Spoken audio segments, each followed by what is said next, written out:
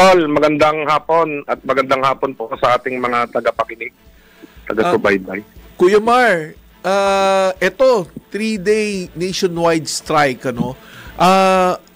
Well, dati nag-nationwide strike tayo dahil sa presyo ng gasolina, dahil sa iba't ibang issue sa transportasyon, yung modernisasyon. But ito, bago to, Kuya Tolmar, ano, na papag-usapan natin ay lagayan, payola. Gaano na ba talaga kalala itong sistema na ito? Alam niyo po, Sir Bong, Kuya Tol,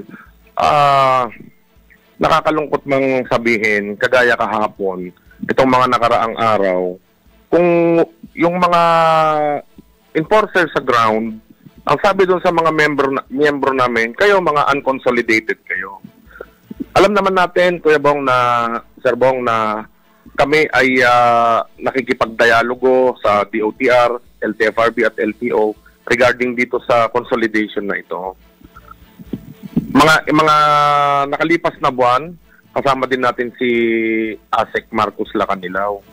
Pero itong mga nakalipas na mga linggo, araw, hinuhuli, ini-impound yung mga sasakyan ng aming mga miyembro na ang sinasabi nitong mga enforcer sa ground ay wala kayong payola, tapos ang lakas ng loob yung bumiyahe dito. Wala naman kayong, yung may payola, nakalagpas kahit bulok yung sasakyan. So, hindi naman namin lahat itong member, Kuya Tol, Sir Bong, hindi naman namin lahat itong member, kaya yung iba, hindi din namin mapasunod kasi hindi naman under ng manibela, under ng kooperatiba o ng ibang transport corporation. So, hindi namin lahat kayang saklawan, pero sana, wag naman din kaming idamay. Tama yun, Sir Mar, well, pampapahirap yan talaga sa mga ating sektor ng transportasyon kung nagaganap yung payola na yan. Ito bang reklamo nyo na idulog nyo na sa Land Transportation Office, more particularly kay ASEC Marcos Lacanilaw? Nung una pa lamang po na nagdialogo kami, sumunod po niyan, humingi ulit kami ng dialogo pero hindi na po kami binalikan sa loob po ng halos 2 buwan. Mahigit 1 buwan, hindi na po kami binalikan at wala na pong paramdam. Ayaw naman namin magpunta sa kanyang tanggapan na para kaming siga doon na kahit wala siya or nasa meeting siya, may iba siyang schedule na hindi po kami ini-schedule. Tama ayaw naman, naman.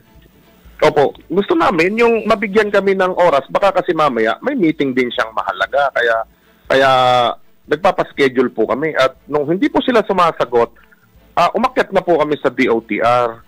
Pero 3 linggo na po simula po noong sinasabi sa akin ni Yusek Mon Reyes ng DOTR na mag-uusap, ganito, mag-schedule. Wala pong nangyari. Sa halos 1 buwan na yan, napakiusap namin. At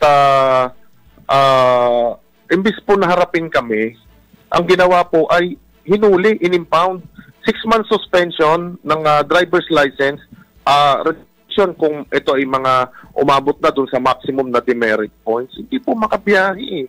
Opo. Yung aming mga kasamahan Kuya Mar, ito kasi yung aligasyon na lagayan, meron ba tayong masasabi kung saan nangyayari to at magkano itong payola na to?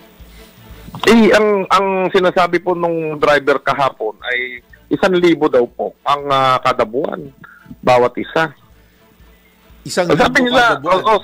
Sabi niya, yun, 1,000 kada buwan ang binibigay. Kaya pinakawalan yung kasama dun sa ruta kahit po defective yung gulong o sira yung ilaw. Basta meron kang bigay. Okay lang sa kanila, pasado ka. Pero Kuya Mar, sige, ito panibagong issue na yung pinaglalaban maliban sa modernisasyon, yung mga pagtaas ng presyo ng krudo. 3 araw, Kuya Mar, 9 hanggang 11, that will be next week. Anong plano ng Manibela sa pagsasagawa nitong transport strike? Katulad nga po nung sinasabi namin, Sir Bong, na yung iba nga sa amin, ilang buwan nang naka-impound o ilang linggo na. Gusto namin sabihin sa kanila na tingnan nyo, ayaw nyong iayos yung mga dokumento namin. Tapos kung magi-strike kami, magagalit kayo sa amin. Na gusto ko sana sila na magsabi o lahat kayo na hindi sumunod sa consolidation, tumigil na kayo. Kasi wala ako sa posisyon, Sir Bong. Nasabihan yung mga miyembro ko na tumigil kayo. Eh kung sagutin ako nito, saan namin kukunin yung ipakakain sa pamilya namin? Kaya nyo bang sagutin? Hindi ko rin masagot. Tama yung Sir Mar, ito kasi nasa balita, nationwide, ano? Ano-ano kung mga probinsya o syudad ang maapektuhan nitong tigil pasada nyo?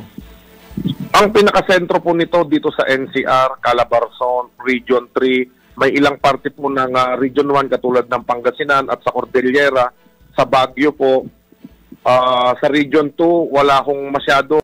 Yun po yung sentro, yung mga strike centers, pero lahat po ng mga miyembro dito, kasama po sa Mindoro, sa Calapan, sa Puerto Galera, marami, Sir Bong, Bacolod, Cebu. Kasi hindi lang naman po dito nangyayari yung ganyan, Sir Bong. Kung makita natin, yung mga taga Mindoro, pinadala dito pinag-report sa main office, dito sila. Ultimo itong NCR, nawala yung opisina ng NCR, nandun lahat sa Central. Dahil din sa korupsyon. So hindi po bago itong sinasabi natin, Sir Bong. Tama. Ultimo mismo sa kanila, sa hanay nila sa loob, na sinasabi, ultimo yung mga luxury cars na pinalusot. Ano pa kaya kami na walang kalaban-laban? Kuya Mar, matanong ko lang, mga ilang units o ilang miyembro nyo ang ina-expect namin na sasanib sa tigil pasada na ito? Dito po sa NCR, Sir Bong, siguro po hindi po bababa ng 20,000 units po ito. Alam naman natin na marami ng mode of transport dyan na pwedeng masakyan ng ating mga kababayan. Pero hindi po lahat may kakayanan sumakay ng taxi, ng TNBS. Yun po yung sinasabi natin, itong pangmasang transportasyon na dapat ito yung tulungan kaming i-rehabilitate. Pagandahin, wala naman po kaming tutol doon eh. Wag lang po yung malaking pautang na nakita naman natin na si Secretary Vince Dizon na ang nagsabi na hindi viable, hindi kayang bayaran yung napakalaking utang at napakalaking interest. Kaya po yun, hindi namin tinitigilan. Gusto namin makapaghanap buhay, gusto namin makapagserbisyo sa taong bayan, pero wag naman dun sa mahal na pautang. Ito ngayon, gigipitin kami. Hindi naman po ito makatwira na dahil lamang hindi kami sumunod dun sa modernization. Lahat ng jeepney, ang tingin nila bulok na, marami pa rin pong magaganda at maaayos. Sir Mar, nabanggit mo yan, yung bulok na jeepney and all that. Ano ba ang lagay ng modernisasyon ng PUJ? Umuusad ba? O yung pag-nationwide strike nyo, nagdulot ba ito ng pagkakataon na upuan ng mga ahensya ng gobyerno at ng inyong grupo para mapag-usapan once and for all? Where are we going to move? Anong direksyon ang tatahakin natin?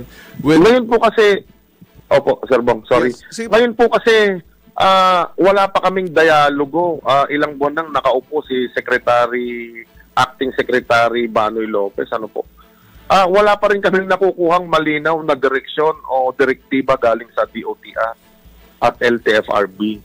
Ang bukod tanging hiniling nila, magpatuloy yung modernisasyon at makakuha sila ng pondo dito sa susunod na GAA.